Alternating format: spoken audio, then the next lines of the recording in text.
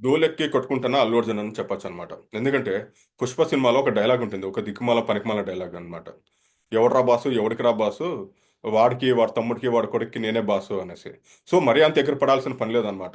ఎందుకంటే ఒక్క సినిమాకి, 2 సినిమాలకి ఎగిరెగిరి పడి ఎంతోమంది కాలగర్భంలో కలిసిపోయినోళ్ళు చాలా మంది చూసాం.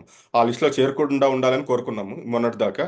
నిన్న కూడా నాగబాబు గారి ట్వీటు, సాయి ధరమ్ తేజ్ ట్వీటు, పవన్ కళ్యాణ్ గారు టికెట్ల పర్మిషన్ ఇవన్నీ చూసిన తర్వాత సో ఎంతైనా వీళ్ళంతా ఒకటే అనుకున్నాము.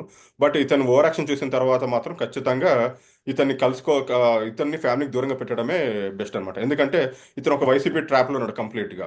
ఇంకోటి గుర్తుపెట్టుకోవాల్సింది ఏందంటే వైసీపీకి దిక్కు దివాణం లేదనమాట. వైసీపీ పరిస్థితి ఏమైపోయిందో తెలుసు.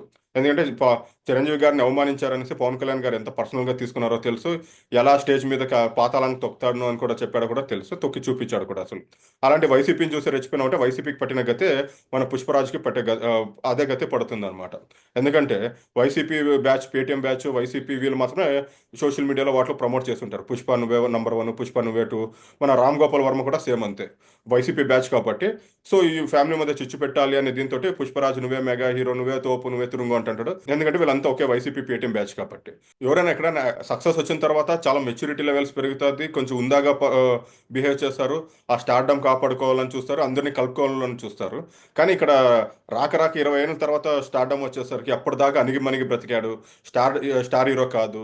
ఫ్యామిలీలో అందరూ స్టార్‌లయిపోయారు.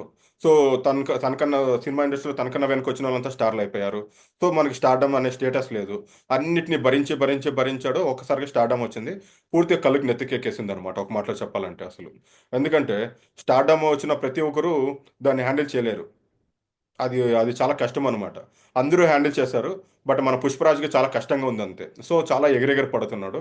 సో, అది ఎంత ఎగిరినా ఒక్కసారిగా పడేయడానికి ఎక్కువ పెద్ద టైం పట్టదు గాబట్టి, సో, వైసీపీ కూడా కళ్ళ ముందర ఎంతో ఎగిరింది. ఎ కింద పడడానికి ఎంతో టైం పట్టలేదు. సో, అంతే అల్లు అర్జున్ కూడా అదే పరిస్థితే వస్తది. సో, ఎంత ఎగిరినా మనం బాధపడాల్సిన పని లేదు. అతని మెచ్యూరిటీ లెవెల్స్ అంతే అనుకుని ఫ్యాన్స్ ఫీల్ అవుతే సరిపోతదంతే. దాన్ని పెద్దగా సీరియస్‌గా ఇష్యూగా తీసుకోవాల్సిన పని లేదసలు.